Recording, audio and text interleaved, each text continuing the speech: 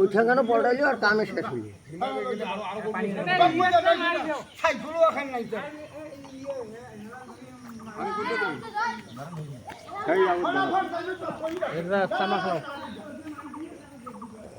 রাজগরু তো শক্তি কম রাজগরু আমার গাইতে দুই করে খেলা আছে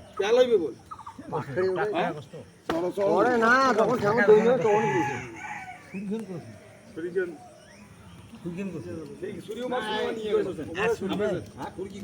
আরে এটা পাত